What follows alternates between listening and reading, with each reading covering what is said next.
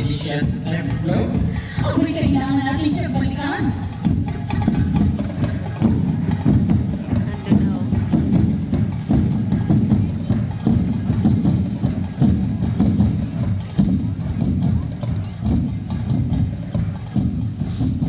At yan po ang nasasaad sa kasulatan.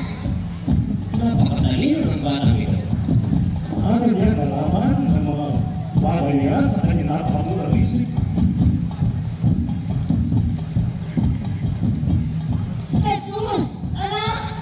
Nandito ka lamang pala. Hanap kami ng hanap sa iyo. Kayo po ba ang mga magulang ng batang yan? Oo. Sadyang napakausay niya